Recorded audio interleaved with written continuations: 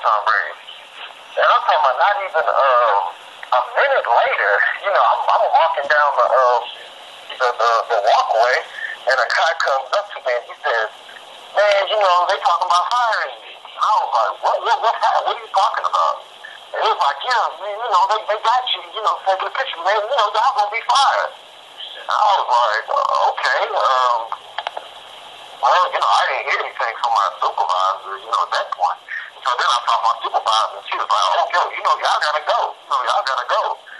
And I was like, are you serious? And they was like, yeah. And so I didn't know if it was true or not because I didn't hear the word directly from my, superior.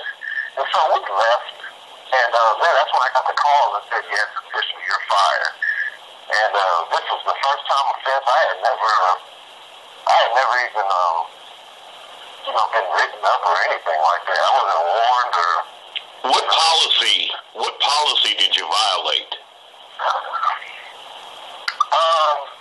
Maybe, I think it was, while you're at work, I think they have a policy to where, you're supposed to be security. So while you're being the security, to ensure the safety of the players, then, you're not supposed to take, pictures.